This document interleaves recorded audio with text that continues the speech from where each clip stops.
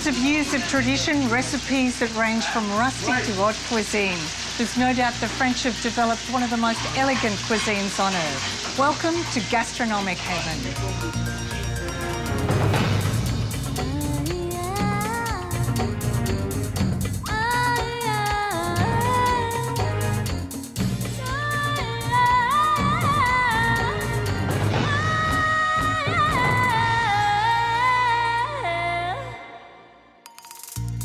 Join our food safari to learn how to make classic French onion soup, golden crusty baguettes, beef bourguignon from a master, and the decadent world of French desserts.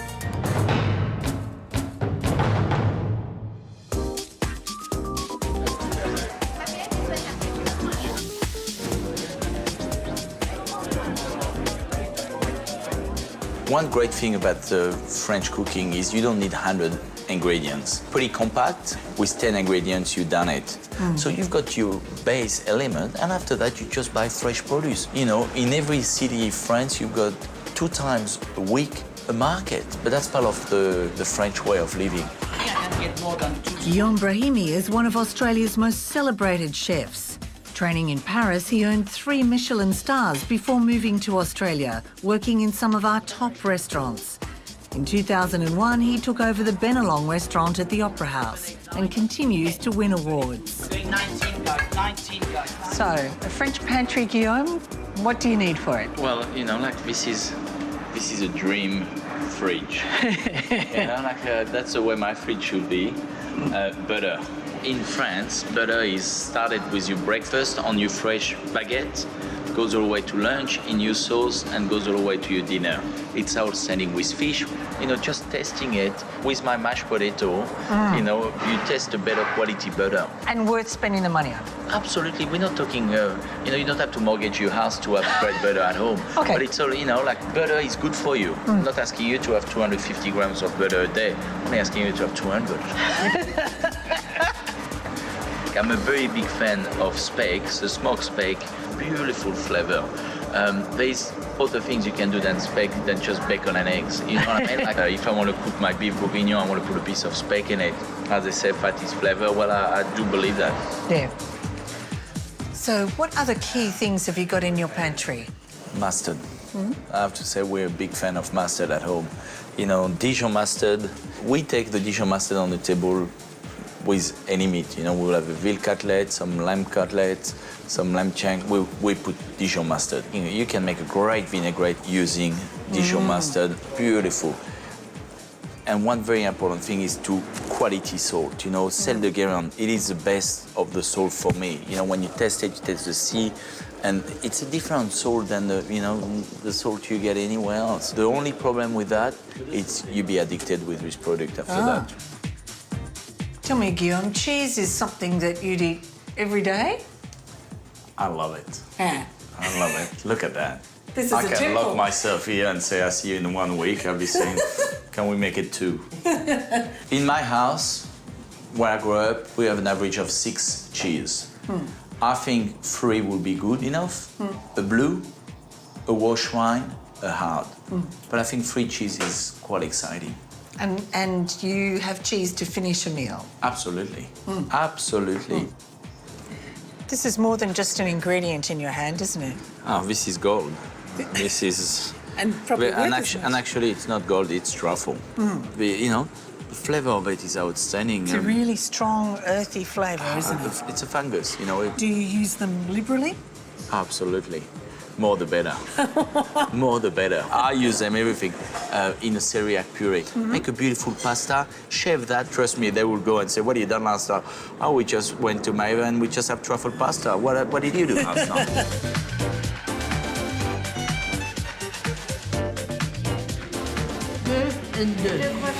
France Vidal worked as a chef for 20 years and now works in an acclaimed patisserie. At the end of the day, she loves to make an easy French classic, onion soup. I think it's the soup you pass on from grandma to mom and daughter, and that's what I've been learning from my mom, you know, many years ago, and see cooking, and it's a lovely soup.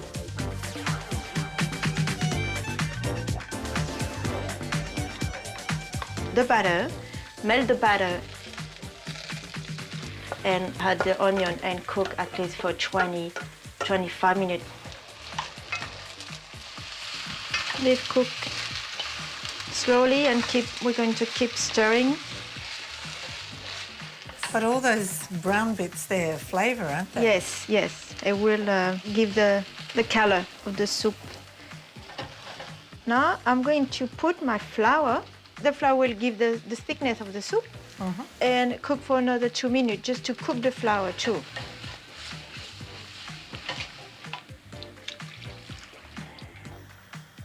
Water. 2 litres. 2 liters. Voilà. Another secret. Maybe a glass of white wine. And my seasoning. Salt.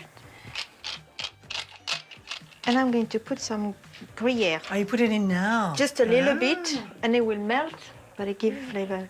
That's a nice color. It is, it's beautifully golden. Yeah. We're going to bring to the bowl, and we will turn it down and cook slowly.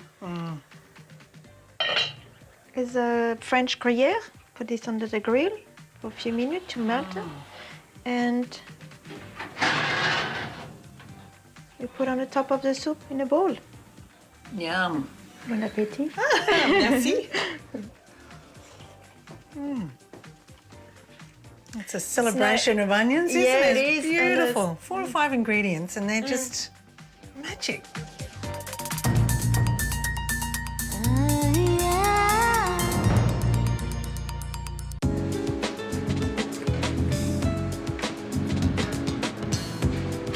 Having the right tools to do the job is an essential in French cooking, and endless equipment has evolved for specialised purposes.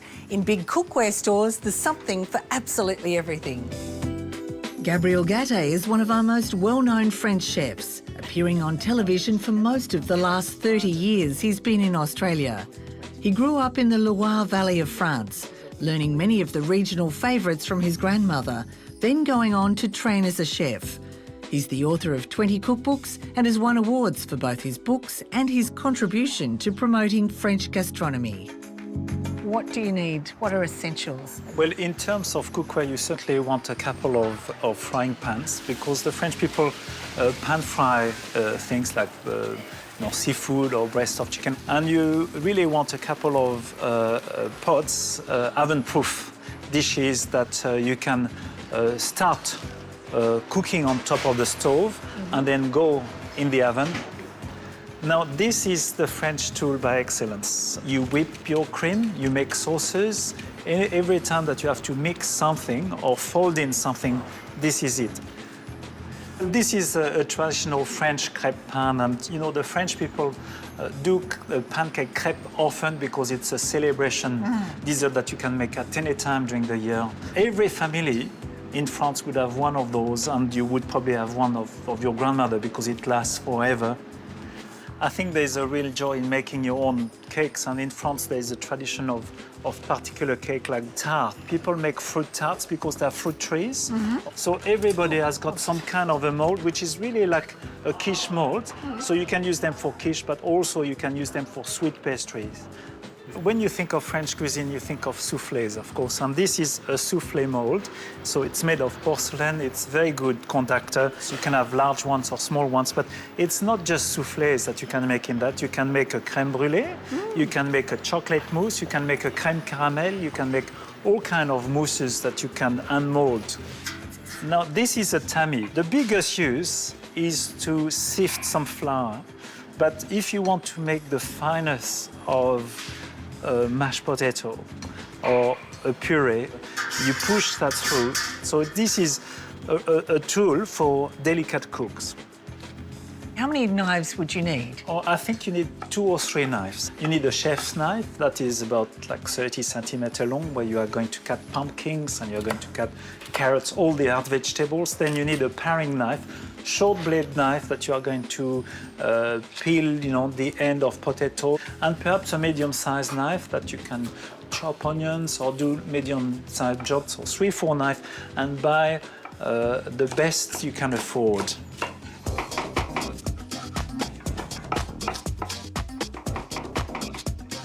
It's important to have a good knife, a good quality knife, very important. And if possible, always sharp, you know. Do you sharpen every time you're cooking? Every day, yes. You got a prawn on, salmon? Philippe Michel is one of the world's most highly regarded French chefs.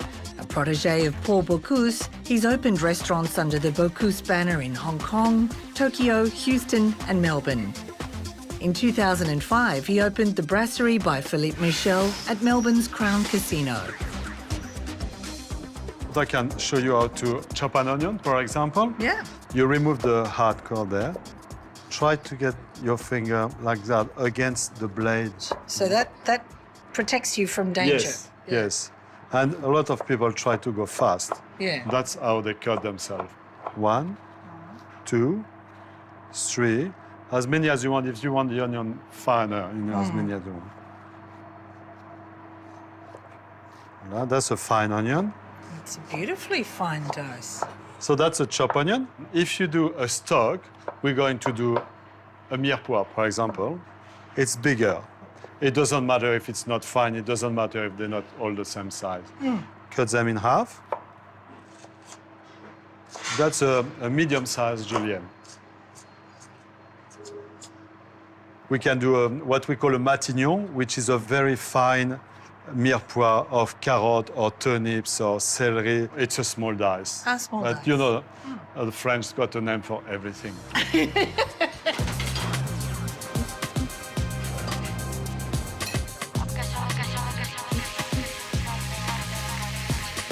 French cuisine has become more and more refined over the past 200 years, and France's top chefs have been elevated to almost godlike status. One of the symbols is the coveted Michelin star, a system that rates chefs and restaurants. It started as a guide for motorists sponsored by a tyre company, but has developed to rate a very small number of European restaurants of outstanding quality. Mégide Bourgogneau worked under several French greats in 3 Michelin star-rated restaurants and achieved 2 stars himself at the age of 25. In Australia, he's considered to be one of our most innovative and creative chefs. When he's not at his restaurant Absinthe on the Gold Coast, he cooks light recipes, like a famous fish dish from his hometown.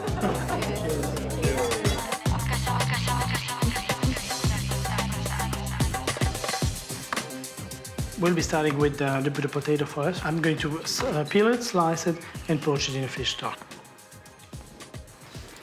So basically, olive oil in this one. We have chosen a snapper. Season the fish only on the flesh side, as we're going to pan fry its skin first. So basically, the beauty of the recipe is that everything is done in one pan. The sauce is finished in one pan, so you get 100% of the juice of the fish. So cooking time would be what? Cooking time, I would probably say 3 or 4 minutes just to crisp the skin. And I will probably say another 3 or 4 minutes on the other side.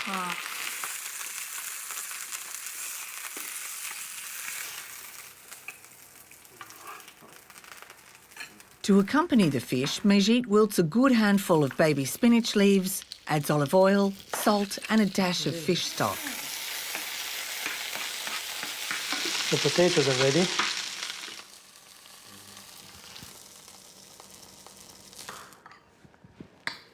His sauce starts with butter, sourdough croutons, slivers of almonds, small segments of peeled lemon, capers, fresh thyme and parsley, then semi-dried tomatoes. Once the juices emulsify with the butter, he spoons it over the fish. And voilà, all the garnish on top. That's a beautiful fish.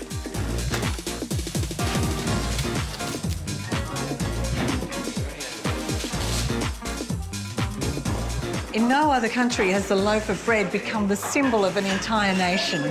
In France, they believe the best baguettes are only 3 or 4 hours old, so they bake right through the day.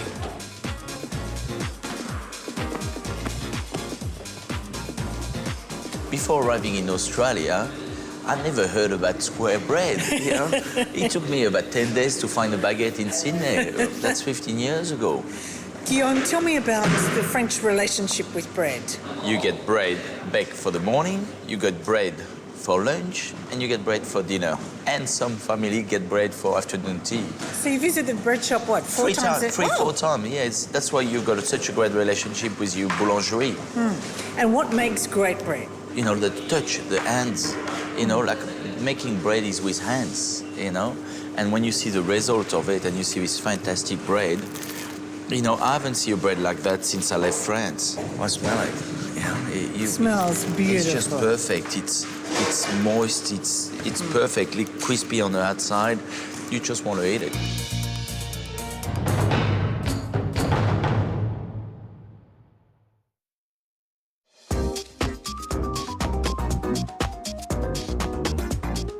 I don't know too many people who say no for a piece of red meat, braised red wine, served with mashed potato. Like, hello. The great thing about braised meat is you don't really have to use the top cut. I'm using Wagyu because I love the flavor into it, but I will have no problem whatsoever to use any piece of meat to do a bœuf bourguignon. So it doesn't have to be all the same. You know, just nice little pieces. So a little bit of olive oil. When I say a little bit, it's my little bit. It's a little bit French style. It's my little bit, yeah. So we don't want to cook the meat, but you want to color the meat, huh? And seal it. Seal it, yeah. Just nicely and slowly. You see, that's how we want it. Beautiful. You see? Yeah. Okay, so that's done. Yeah. The vegetables that Guillaume uses to cook in the rich stew include onions and carrots, tender young leeks, halved echalots, and really fresh celery, including the young leaves. Can you see the color? Oh, yeah.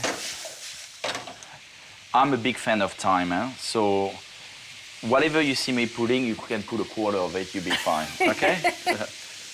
So fresh bay leaves? Yeah, about 6, 8, yeah. That's beautiful. And I'm going to add my meat.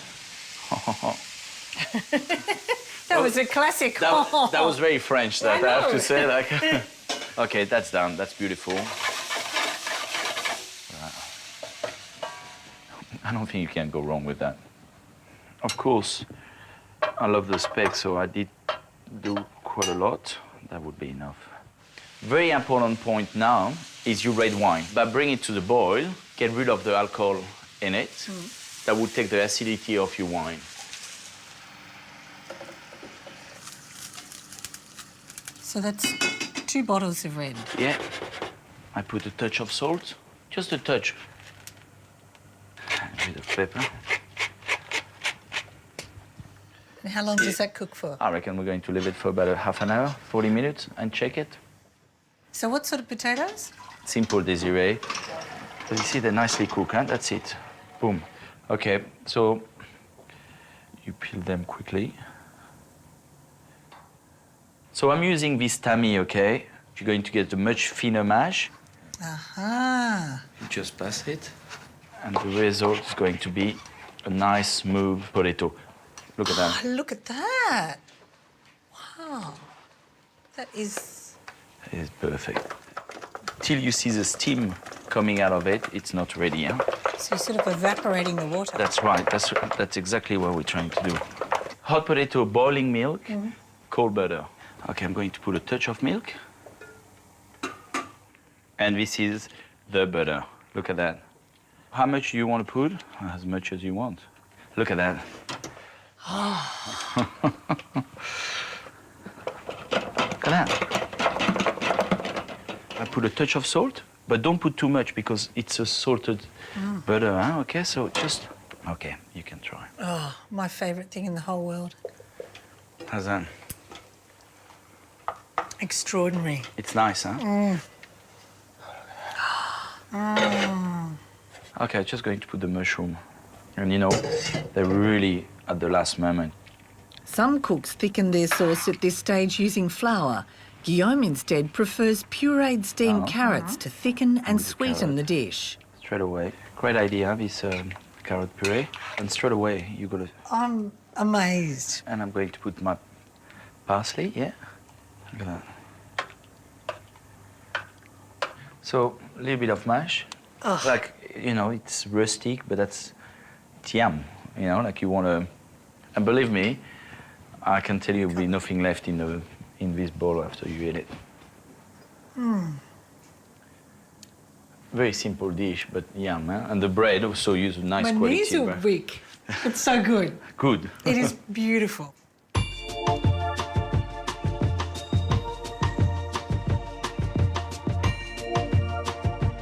From exquisite petit four to madeleine, perfect eclair to beautiful gâteau, the artful use of sugar, butter, flour and eggs is nothing short of spectacular.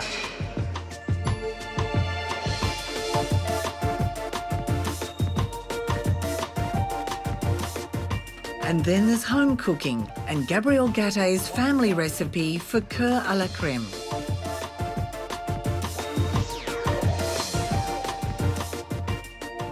Beat 2 egg whites. I am going to beat the eggs until they are stiff big. Nowadays, Oh, yeah. and then when you see that the egg is almost firm like that, you add about 2 tablespoons of caster sugar. So we are about there.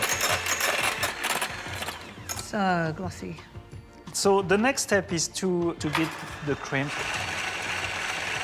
You see, this is about it here. We don't want it to be too firm because we don't want it to become batter. Now the next step is with the fromage blanc. In Australia, it's often sold on the quark. Quark. Okay. But It is very lovely, and we need about 200 grams. To that, we are going to add the juice of half a lemon, and we are going to use 2 tablespoons of sugar. Mix that together until smooth. Okay, so it's very, very simple. And then after that, we are going to add the cream. So that will give it a little bit more richness. So you just fold like that. You don't overdo it. And then now we add, I might put that in the egg whites. It will make it a bit easier for us. And then we're going to fold that in like that. So you see this becoming very light. What we are going to do is that we are going to concentrate the flavor by putting it in a mold with the muslins. And we are going to line this like that. And we are going to put this beautiful preparation inside the heart like that. So we cover like that. And then you put that in your fridge, okay, for at least 4 or 5 hours. With cœur à la crème, you want some kind of a fruit sauce. First, you start with a little bit of lemon juice and some orange juice, and then put that in a blender. Just a little bit of sugar. So altogether in the dessert, there's 6 tablespoons of sugar, all right? And then put about 200 or 300 grams of raspberries into that, into a puree. And this is absolutely a delicious technique. beautiful. And the liquid that we get out of that, which is, look at the color, which is just extraordinary. But look at this is just so sharp. And then, of course, you need to be very careful to unmold it like that. Yeah, more or less. Okay, naturally, you want to serve some of the coulis with it. Then we garnish with fruits. I think it's important to be generous with the fruit. The final touch, a little bit of icing sugar.